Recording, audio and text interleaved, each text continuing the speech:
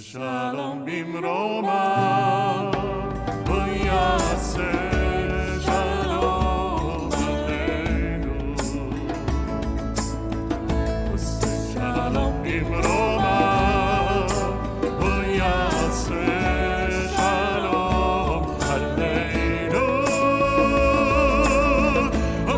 Shalom bimroma, v'yaseh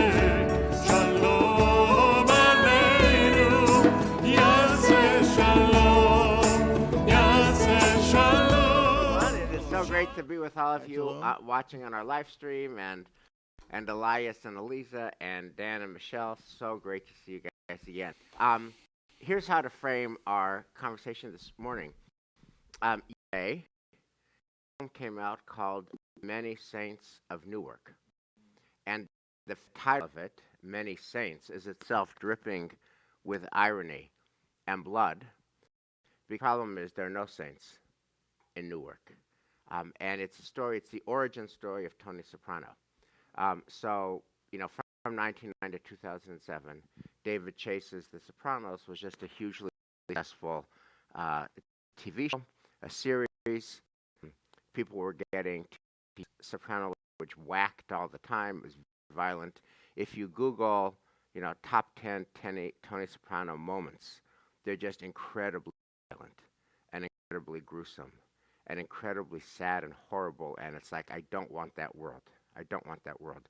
The show ended in 2007 and went to sleep, and there was an article in the Times, which I sent out in the teaser, that there's just been a resurgence of interest, and so many new generations of viewers who never watched the show from 1999 to 2007 are now watching The Sopranos, so much so that Hollywood saw fit to produce the origin story, which just came out yesterday.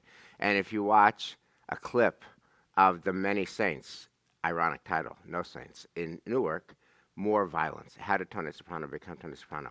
And the angle that spoke to me is that the writer in the Times article says, why is it? Because The Sopranos is about a society that is just broken at its core. It's about division, it's about toxic energy, it's about negative energy, it's about greed, it's about I'm going to live in my huge mansion and everybody else I don't see, I don't care about, or worse, and that it's about lack of values and lack of compassion and lack of core. It's about a country that we don't want to live in, but that we have. And the article in the Times said this rising generation looks at this 1999-2007 show about mafia in North Jersey and says, that's us. That's us today. Hence, it is so popular. So the question that I want to tee up is, what is a Jewish response to that? And we'll pick that up after we do our blessing to thank God for the gift of learning Torah together. Baruch atah Adonai Eloheinu melech haolam, asher kidshanu b'mitzvotav v'tzivanu la'aseh b'divrei Torah. V'ha'arevna Adonai Eloheinu et divrei Toratcha b'finu u'lefi amcha beit Yisrael v'nihiyeh anachnu tzatzaenu v'tzatzei amcha beit Yisrael kulanu yodei shemecha v'lomdei Toratecha lishma. Baruch atah Adonai hamelamed Torah l'amo Yisrael. Baruch atah Adonai Eloheinu melech haolam asher bachar banu mikol ha'amim v'natan lanu et Torato. Baruch atah Adonai noten haTorah. So, everybody who's following us on the live stream and all of you, my dear colleagues, you all get and know and feel the negative energy in our country. And the question is, what's the best move in response to it? And so enter early Genesis, which gives us two typologies, and we're going to look inside and do a deep dive of the text. But at a high level, one typology is Noah. And Noah sees the world that is broken and is full of ruination and corruption and violence and ultimately destruction. And he builds his little ark. He's safe and sound and secure in his own little ark. And that's what he does. And we'll see that it's a pretty terrifying text. God says, I'm going to destroy everything. Babies in nurseries are going to die, and little puppies are going to die, and everybody's going to die. And then God comes with the cubits. Make the ark this cubit, that cubit, this cubit, that cubit. And Noah does so. Doesn't raise a peep. And then, of course, the other story right after that is Abraham. And God says to Abraham, I'm going to destroy Sodom and Gomorrah. And, of course, Abraham famously says, shall not the judge of the world judge justly? And all of us have taught these two typologies in this classroom and in other classrooms, in our building and in every religious school, every Hebrew school, every day school in the history of the Jewish people has had these two typologies. And every teacher in every one of those settings has always said, we Jews don't do Noah. We Jews do Abraham. And my question is, maybe we should do Noah. Maybe we are doing Noah. Maybe Noah is in a response to Sopranos America. So without further ado, let's pick it up here. I want to start where I'm just going to read real quick like the terrifyingness of this. This is God in our Parsha today. Put an end to all flesh, for the earth is filled with life because of them. I'm about to destroy them with the earth. Then make yourself an ark of gopher wood. Make it an ark with compartments and cover it with pitch. This is how you shall make it. The length of it shall be 300 cubits, its width cubits, and its height 30 cubits. Make an opening for daylight in the ark and terminate it with a cubit of the top. Put the ends to the ark in its side. Make it with the bottom, second, and third decks. For my part, I'm about to bring the flood, waters upon the earth, to destroy all flesh under the sky, in which there is breath of life. Everything on earth shall perish. But I will establish my covenant with you, and you shall enter the ark with your sons, your wife, and your sons' wives. And at the end, and of course, then the two birds and every animals of every kind. Then verse 22, Noah did so, just God commanded him, so he did. Vayas Noach k'chol asher va'at Elohim kain asa. Dear colleagues, what is your reaction to this text? I was thinking of some of the scenes with Tony Soprano also, and the layered texture of his personality. Bring this up sometimes. There's articles. He's a psychiatrist. To try to live with what he does. He gets upset if a goldfish is dying in his pond, a bird is dying in his pond, and yet the scene is whacking. He's going out and making sure that someone that did him, according to him, is a pro nation. Yes. And so your opening introduction, maybe we should do Noah. Just be a statement of two different realities. When God created the world, gave us all these choices and the different realities. One reality is people who, if God says yes, they do that, no questions asked. And then there are people who will go off and on. Can I just ask you? Thank you, Dan. I just want to just focus for a second on God. I just hate this God. Hate this God. Don't worship this God. We're so surprised. Don't serve this. No. Here's a God who says, I'm going to kill everybody. I'm going to kill your children and grandchildren. And then with the cubits, who cares cubits? Who cares about the cubits? I don't care about the cubits. I care about all the dead people. I'm more interested in Noah here because Yeah. It will be interesting to know, just before we continue, in one class, if you can say, I love God, I love this God. No, I love God. I don't love this God. No. I love this God. I want to see one particular text that you say, I love this God. Okay, Anyway, Shema. V'ahavta et alecha. I have no problem with that. But No, no, my but point- Elias, my before point- you, no, Elias, I before agree you with get to Noah, answer my question, Mr. Canner. Okay. What do you think about God, who is just hyper-focused God with an OCD situation? Just like completely focused on qubits when he's going to kill everybody, and obviously that will include some innocent people. There's like a problem here, is there not? Aliza, can I have some help? God is Well, with Moshe so too, also. I think there's an interesting thing because I think we can join God in a sort of murderous destruction phase when we think about, there was, I remember, Michelle, you gave a beautiful sermon about murder hornets, is it? And there are these animals that just suck the earth, like they kill all of the local species of other bees and wasps, and you can't have them, and so the ants are out and try to kill every single murder hornet that you find. And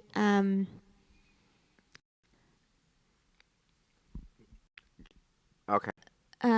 so with the murder hornets, there's a sense that there's no question this is the right thing to do. There's no question that you have to do that because it's the only way that you're going to preserve native ecosystems and species. And so I think of God in this moment, like, if you had an ant infestation in your home, you wouldn't even think for a moment like, oh, this poor ant, they're so innocent, they're doing this, living their life, they're doing this thing. You would just be like, yeah, they're in my way, they're ruining this world for me. I'm getting rid of them. And God is just that far up that human life is But not. Aliza, that is just like you're like Hertz in the Blue Chumash from the previous century doing apologetics for God. That's dealing with pests and ants and termites. This is human beings who are innocent, who are going to get swept up along with the guilty to challenge Abraham, and God is so high, God doesn't see that. And worse than that, God elides the moral issue and focuses on qubits. It's like halacha at its worst. Like there are religious days of religion and worst days of religion. Focusing on qubits when innocent people are going to die is religion at its worst. It's halacha at its most irrelevant. It's no wonder that people turn off on halacha. And God So doesn't I'm change, not by the way. gonna- I'm sorry. God doesn't change because he does the same thing with Moshe. I'm going to destroy all the Jewish people, and I'm Right. going to make my covenant with you. Right? So that Right. other focus of Noah, I'm going to do it with you. Moshe, I'm going to do it with you. And I Abraham, don't understand that. he destroys the world with Abraham too. It's not like Abraham has any more success. God is actually, this is part of creation is rough drafts and second drafts and third drafts, and then you scrap, throw it away, and start over. And this is just where we're seeing the creative process, and it feels painful, but that's just real. So, okay, I'm not going to apologize for God here, but I am going to relate to God here. Because I think that there are any number of times, Aliza brings up one, but there are many others when we look at our world and we think about the destructive influences and we say we've got to stop that. I received an email prior to Shabbat from a young member of ours who had found a swastika in a shared communal living space. And to me, right, I would feel like we need to root that out. Something destructive, something, and by the way, it spreads. If you don't stop that, it spreads. And there is some sense in which God is role modeling that there are some times where vicious and awful behavior, if you look at the rabbis, about what was the generation of the flood like, Right. what they said is actually, it's not about the babies and the puppies. It's actually about those who murdered wantonly, about those who you stole wantonly, about a culture, a pervasive culture that was really God's rough draft. And we needed some to create somebody who was going to carry it. Now, I told you I wasn't going to apologize for Right. God here because I have feelings about that. I certainly wouldn't want to see that happen in such a bloodthirsty way today. And yet the qubits, right? You're focused Right. in on the qubits. Right. And to me, I That's so terrifying to me. relate. I Terrifying. so relate to the qubits because the world is falling apart all around you, right? There is a sense in which having something that you can hold on to, something that you do, something practical to do actually helps you to find a way to maintain your center amidst a torrent of evil and pain and out of controlness going on around you. And I'll take this very simply just to say that, why is it that people have fallen in love with Marie Kondo?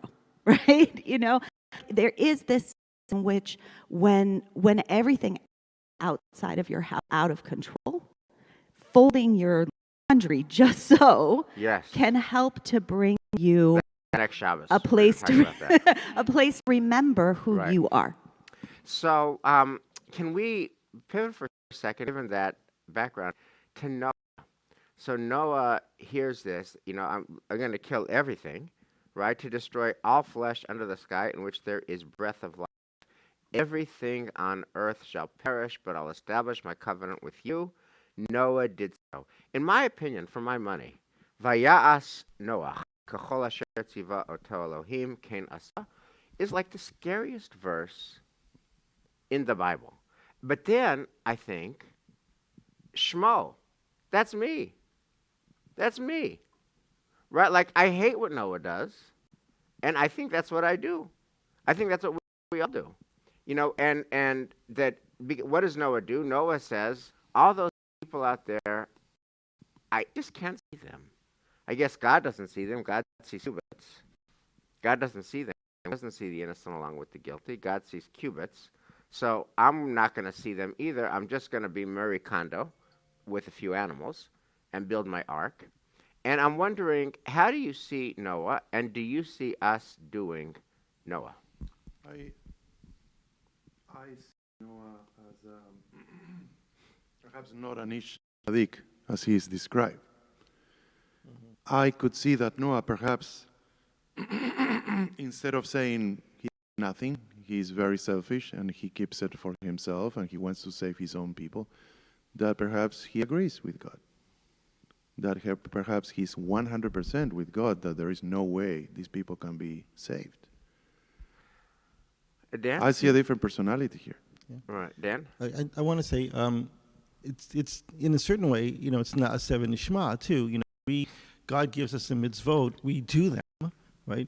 It's important to do them because then we'll eventually learn the morality behind it. But not all of us get there, and this is Noah not getting there. So let me ask you guys an honest question, and this is real and this is raw, and I'm just going to go there because it's where we live. When you read stories of Americans who are dying of COVID because they didn't get a vaccine, and they died of COVID, how do you feel about those Americans?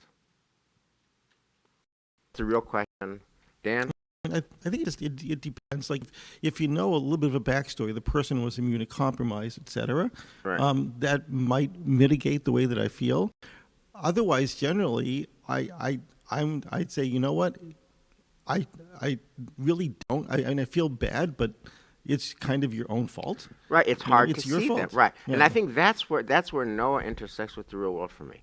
When I read about people who, for crazy reasons, don't get vaccines. And Michelle, you know this more than I do, but I've heard something like 99.9% of the people dying today of COVID are unvaccinated. Mm-hmm. They're unvaccinated. It's a pandemic of the unvaccinated. And that the people who get vaccines are not dying. And in the face of that, they choose not to get a vaccine, and they get COVID, and they die. Yeah, you feel bad at the human level, but this is where Noah's not seeing the world, and this is where God's not seeing the world, intersects with our world. And I'm asking you, how do you see the 70 million Americans who even now choose not to get a vaccine? But see, I don't know that I agree with your premise, because I very much see those people who are refusing to get vaccinated. And if I had any way to speak to every single one of them individually to try to do, our amazing medical panel speaks about their blessing of being able to sit down in a room and talk with people and try to understand, well, why is it that you don't want to be vaccinated, and to try to hear their story and help guide them to a point where they can be vaccinated. That's not only the compassionate move, that's the right move. And if we could do that, you do that? I would, if somebody knows how I can do that, please connect me with somebody who is not in that space and place. I don't have the medical authority. I think, we are blessed to have many people out there working to try to do that work, both on a public and on a private level, who have Right. the medical experience to be able to convince somebody to do that. But yeah, I mean, every time I speak with a member of our congregation, I try to repair. I spoke with a security guard outside of our house who had a misconception about vaccination, and I tried to engage that security guard in teaching his family about vaccination and how important it is. So I don't think we have to turn our backs on all of those people out there in America who still are not. Now, getting angry about the fact that we see things really, really differently, and we do. Like, those of us who believe that vaccination is the right way to protect not only yourselves but also those around you. It is easy to feel angry as you're speaking about, but I think that Wes, we can't and we don't give up on trying to work with others in our nation to heal themselves and to heal our So you are community. more Abraham but than God- Noah. but You God- are more Abraham Well, than so Noah. so But Noah God is does, and Noah does. Right, but- This is a but story. Noah's Our parsha example- today is about giving up on people. No, but Noah's parsha today is example, about giving up on that's people. not necessarily true, because Noah's example is, I will do it, right? Like, I know that I can't control your choices. Right. What I can do is do what I do. And in fact, there's a very famous Right. midrash Yeah, we're that gonna look at that right now. Noah builds Yeah, so for... take a- Before we a go, look- yes. I feel very uncomfortable with this comparison, because to me, whether or not you get a vaccination is not about, right? The Hamas that's happening in Noah's world is people doing violence to other people and being people standing by. And for people that are hesitant to get the vaccine, who are worried about the vaccine, it's not that they're deliberately trying to do violence to other people. They're very afraid, and there's this sense that, and I, as somebody who has watched a loved one deal with extreme health challenges, the result of a medical process that went awry, that didn't have enough research, that didn't have enough study. I get it. I mean, I want to be clear. I got the vaccine. It's very important to get the vaccine. I come out on the side of, it's very important. We all need to do this for each other. And I get it. I get the fear. And to me, it just feels wrong to say that it's not okay to be afraid. That's part of this too. And so what God is doing, saying, like, this is not possible. This is not doable. There's no there. But Noah, I think, is recognizing the limits of what is possible. And I want to have more compassion for Noah. I want to have more compassion for our world. I don't think that's the world we're living in. If we were living in a world where people were like, you know what, I don't want to get the vaccine because I deliberately want to infect other people, then I could see that fitting in this text. But that's not the world that we're living in. I have a hard time understanding that, Elisa. Yeah, I do too. Yeah. I mean, in this day and age, it's just so well known. It is just so well known that people who don't get vaccines, I mean, the whole discourse that it's my body and my civil liberty is just so misguided from a human point of view and from a Jewish point of view. Because my life's not only about me, my life is about you. My life is about us. And it's not just what are my rights, but it's also very much about what are my obligations to fellow citizens. And the science is just known and clear that not getting a vaccine means I'm failing in my obligations to other citizens. It's not about my right. I mean, if I choose not to wear a seatbelt, if I choose not to wear a helmet and I get in an accident, then I die. Shame on me, when I could have worn a seatbelt or worn a helmet. But when I choose not to get a vaccine, I'm endangering you guys, I'm endangering your children. So That's clearly why we continue to wear masks. so And here's I- my I want to and- come back. So I want to Yeah, so can we go this to the is midrash? so this is why the parsha, I think, I want to bring together the Sopranos, the parsha, and our world. What they all have in common is a deep negative energy, right? The Sopranos is about negative energy. That's why people are drawn to it. This world about how do you understand 70 million Americans who won't get a vaccine even now, when their choice to not get a vaccine is endangering the rest of us and is slowing down our country, etc. And then the negative energy of this portion. So Michelle adverted to a famous midrash, which I brought here on page 3. So the rabbis, who are, after all, Jews, and they operate in a Jewish framework where Abraham is our hero, are just kind of embarrassed morally on verse 22. Noah did so just as God commanded him, so he did. So the rabbis come up with this midrash, which I'll read for you. It's on page 3 of the handout, and it's what Michelle had adverted to. There are many ways to bring relief and deliverance available to God. Why did God burden Noah with the construction of the ark? And give me a good explanation for all the cubits, a moral defense of the cubits, so that the people of the flood generation see that he's occupied by it for 120 years. It takes him 120 years to build this, and ask him, what do you need this for? And he would respond to them, God is destined to bring a flood upon the world. Perhaps they will repent. That his whole construction was his way of advertising that you have some time to change your ways. If you don't change your ways, it's going to be bad. Michelle, you brought that up. What's the resonance of that for you? To me, this really works. This is super helpful to me, both because it answers the challenge of how could Noah not be like Abraham. Yes, it's true. He was Ish Tzadik Bedorotav, only in his generation and not in every generation like Abraham. But there's got to be something that is redeeming in Noah here. And it helps me imagine him as a person of humility, like Moses, right? In the sense that I know that I can't just convince everybody who, your example, who wants to get, who doesn't want to get vaccinated. I know that it's a harder process, but I do know that I can do what I can do. So I build my ark here. I try to put the, all of the hammers and the nails and the wood in, and I try to say, look at what we've done and the way in which it's working, and let me try to show you that this is a good path. What Noah does, he's able to build his world in a way, it goes back to our very earliest Talmud conversations that we had at the beginning of the pandemic, that in some sense, when we control our own actions, perhaps others may look and say, wow, I want that. Can I say something, Wes? Yeah. So I normally don't agree with you in anything you say, but Yes. today I think I agree with you. I don't like this God. I would have done a different move here. Since Noah was such a tzaddik, he needed to do anything. I would have said to all these sinners and violent people, you build the ark. You build the ark for this guy who is about to be saved.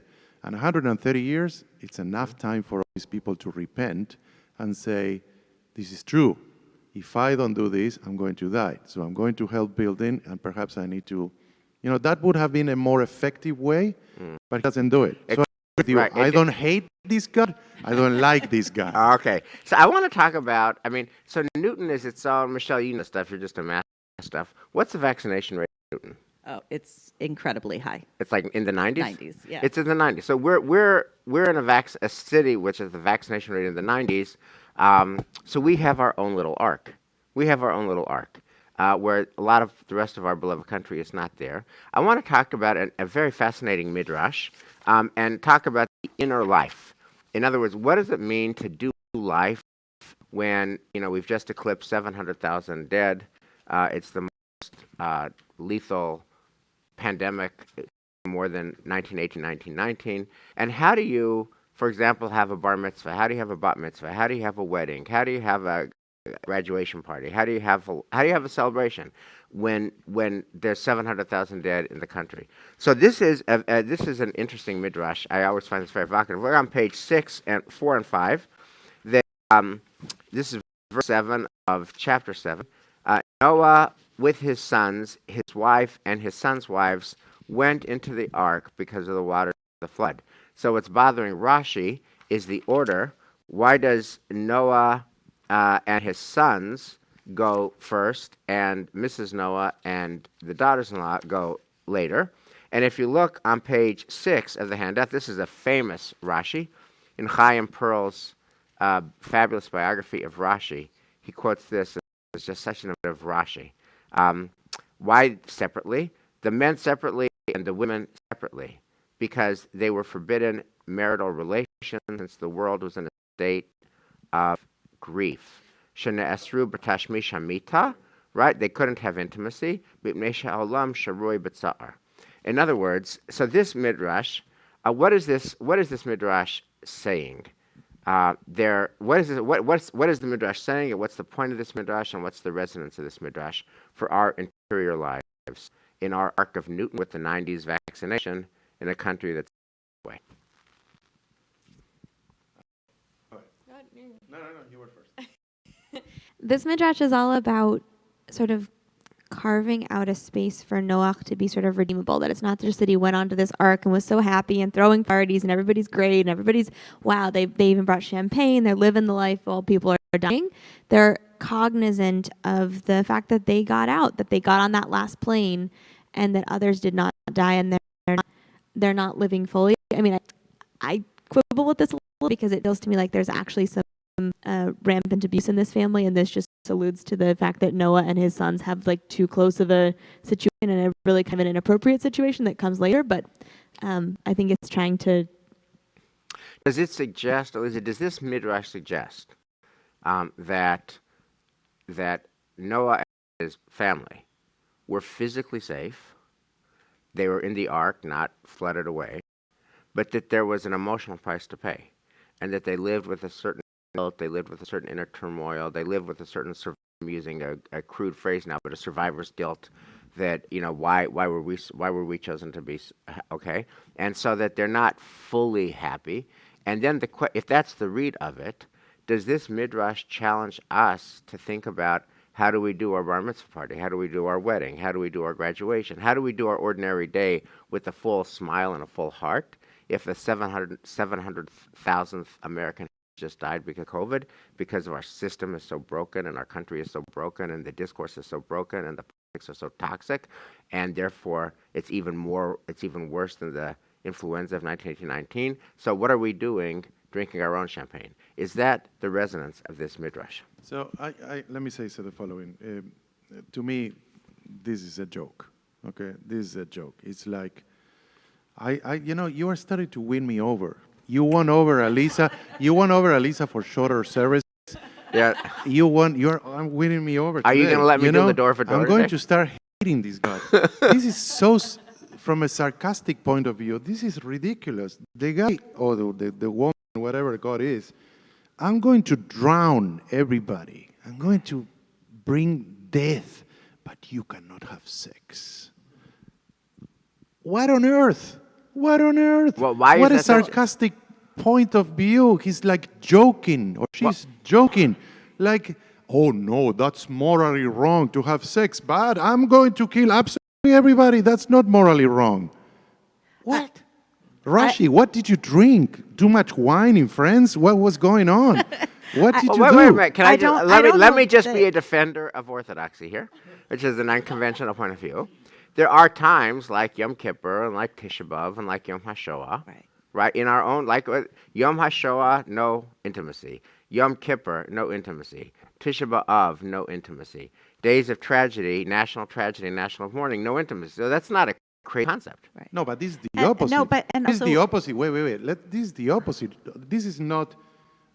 Correct me if I'm wrong, but the midrash is not saying, and Noah decided that the family shouldn't be having Yes, sex. it is. This is God telling them not to have sex. No. Well, It's actually the order. It says the men separately and the women separately. But you don't know right? who. But you don't know who did who it commanded in the it? shot. Because it come says on, that yeah. the I thought Hebrew you is won me over with shene God. the Hebrew is the passive voice. It's shene esru b'tashmish hamita.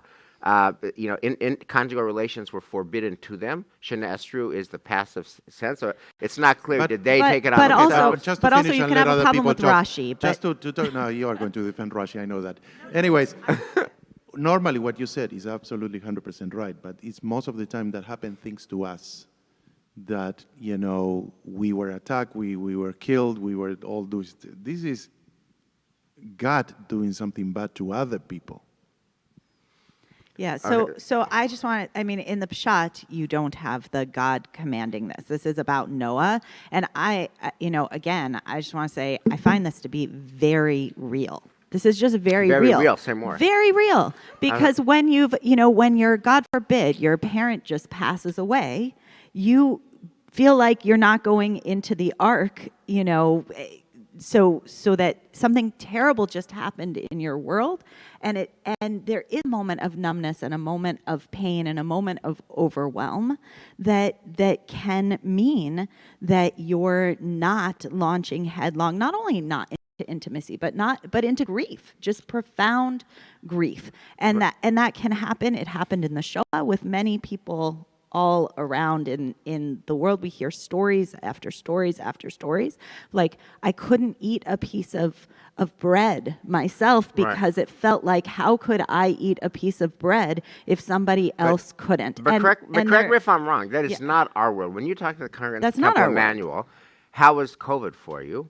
Most people will say, "Oh my God, I've loved COVID." I mean, Right. I feel bad for the people who died. Of course, I feel bad for the people who died. But thank God my loved ones are safe and healthy. You know, I've still got a job. And oh my God, I'm loving not having to go to all the social stuff. And I get to spend more time with my kids. And I get to spend more time with my family. And I like the slower pace. And it makes me reprioritize. I don't hear from Temple Manual in response to COVID.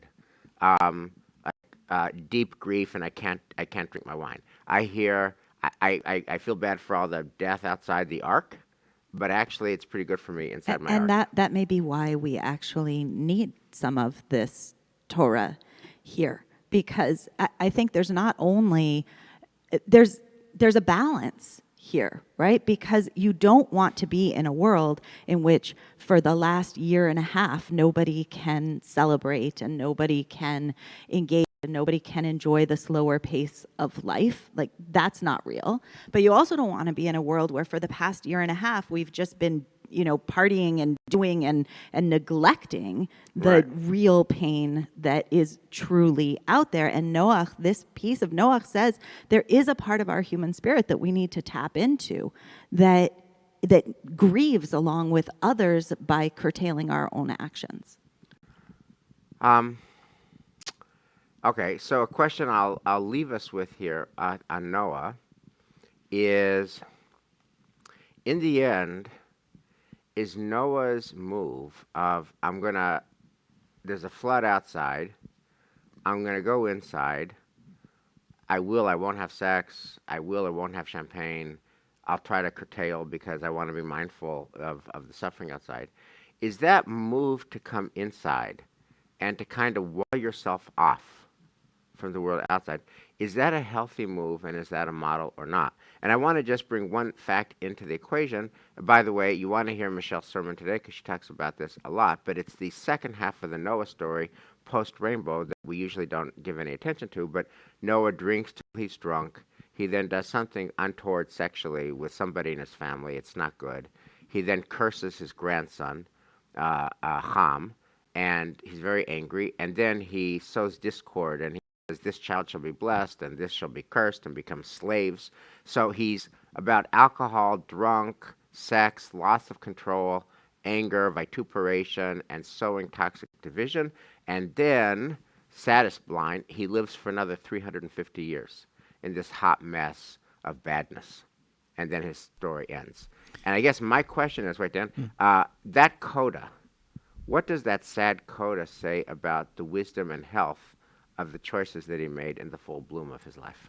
Well, I think it's the price you pay for isolating yourself in a certain way. Say more. Right. So when you're in denial, in other words, when the world is dying around me, but I'm good, and my family's good, and you put yourself in a box. Your mind is still somewhere in the back of your mind. You still know that there's tragedy all around you, and that eventually that catches with you. So that the price you pay is depression. Then you start drinking. Then you start doing things that you know you shouldn't be doing, and you, in the end, at the beginning, I'm good, but in the end, I'm not good because I denied everything around me, and it's a moral, it's a physical price and a psychological price that you end up paying. Wow. Elias and then Elisa. Yeah, couple of things. First, I want to respond to what you said about the celebrations, because I have a party coming up in 2 weeks with the good weather, hopefully. I see two different realities here. I see the reality that was before vaccine was approved, and the reality that is now. We were a little bit like Noah, all of us, when the pandemic was. I remember the 5 of us being here alone in the building, and every time on my case I would go back home, I would hug my kids and my wife and say, wow, one more day that we're alive, okay? And I would have felt terrible doing a party, celebrating in those days, so many people dying, and not knowing why. I feel now could be seen as selfish, could be seen as a little bit of Noah. I'm going to celebrate. And I'm going to have no regrets of celebrating this time, because there are vaccines available, and people, the majority, not all, like you said, the majority of people choose not to because of misinformation, because of brainwash, whatever the reason is. So I think it's two different, very completely different realities. And I think that what you're saying about Noah, that he was isolated from the world, I don't know. I always think about Noah as a very... We had a wonderful Talmud class a year ago about this, no, or more. It hit him. You said it before, do something, 7 Ishma, you do it first, and then see how you feel about it. So Noah did it, and then I realized that was horrible. What I did was horrible. Elisa. So I felt troubled throughout this conversation. I feel like we're being too hard on Noah, and I also don't feel like the metaphor, and I've shared this before, I don't think the COVID thing fits. And I've been trying to figure out what does fit. And yesterday I was on a call with Catholic Charities and JCRC and JFNCS talking about the Afghan refugee project. And one of the things that came up on that call was they were talking about supporting this, our family when they get here, supporting them in placing roots here and creating a family budget. And they said most families when they come are going to want to send all of their money back to their relatives in Afghanistan, wherever they're coming from. They're going to want to send everything back. They're not going to think about paying rent. They're not going to think about food because it's so dire, and because of the guilt of getting out. And so I think Noah to me is much closer to an Afghan refugee, right? Like, if you stay, it's not like that helps the world. It's not like Noah had a potential of changing what was going to happen around him. There was going to be destruction. The only option these people have is they have the option to save themselves, but that's it. And so with this sense, like, there is a total cost, and I think we have sort of a cautionary tale, which is how do we manage that survivor's guilt, the survivor's trauma, and how do we create a world where we're getting ready to embrace a family that's living Noah's story, and that got out and that left behind a world that is destroyed. That world is gone, and what do we learn from this? There's not a great model in terms of how we solve it, but I think it's just that to me feels like a much more apt. I don't understand what's going on today. I normally don't agree with neither of you, and today I agree with both of you. I don't know what's going on. I 100% agree, and thank you for bringing that vision of Noah. I didn't even think about that. Thank you. Elisa, how do you read?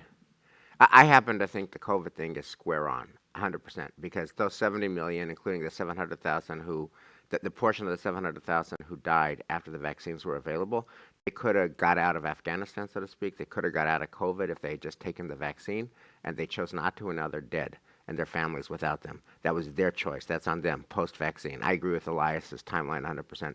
Post-vaccine, if you choose not to get the vaccine and you're among the 700,000 who died, that's a tragedy, and it's a preventable tragedy. 100% of the people who speak on this use the word preventable tragedy. They could have got out of Afghanistan, and they chose not to. My question to you is, what light does the coda of the Noah story, his degeneration, share on the whole story? And what's the lesson? And why is it, by the way, that we never talk about it?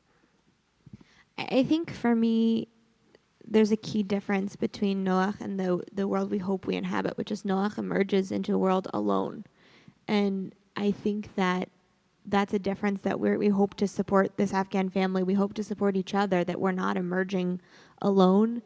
And I think that when you can be in community, when you can process, when you have therapists and teachers who can help you to process what's happened, maybe we can find a better course forward.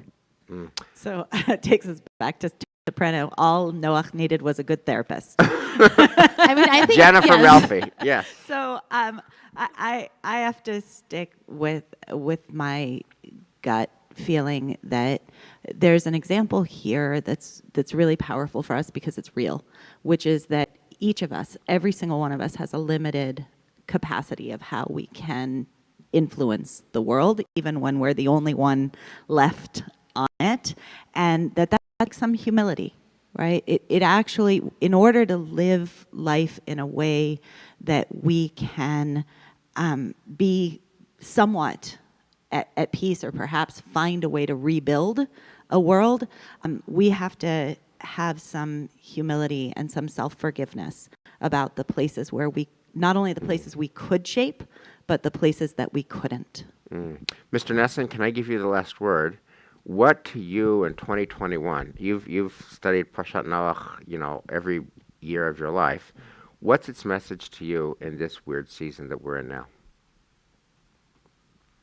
Well, a couple of things come to mind. First, there's a difficulty with learning about God that's present in this parsha. Why does God destroy the entire world when it's humanity that's the problem? So that's one thing. The other thing is, again, I think this is the cautionary tale of not seeing other people, isolating yourself, and that you need to worry about the price you'll pay later. Well, colleagues, thank you. I'll just say, I have a lot of Noach in my family. My dad, may he rest in peace, was named Noach. My son is named Noach. There's Noah Gardenswartz, the Orthodox rabbi from Yeshiva University, 4 kids, who teaches at yeshivas in North Jersey. There's the Noah Gardenswartz, the comedian in LA, who writes for Mrs. Maisel. We have a lot of Noach in my family, and I always feel ambivalent about him, and I continue to feel ambivalent about him now. But I will say that in this season of the pandemic, the notion of building an ark where your loved ones are safe is just very tempting. I think those of us who live in Newton are doing that every day. And to me, the resonance of the story is beware of the costs that accrue when you focus on yourself and your loved ones and the rest of the world is flooding. And maybe that's something you should be thinking about. What is it that I can do in my ark to help the world outside the ark? Because we do not want the trajectory that Noah had. And perhaps if he had done more, he might have had a different trajectory. Elias, you got a song to set us on our way? למה לא עליך הממלכה לגמור, לא עליך לגמור, לא עליך הממלכה לגמור, לא עליך לגמור. We are all in this together. Shabbat Shalom. Thank you. We didn't spend enough time talking about Tony Soprano. Yeah, weird conversation. I like the conservative. No, I didn't get Tony Soprano. I like the conversation.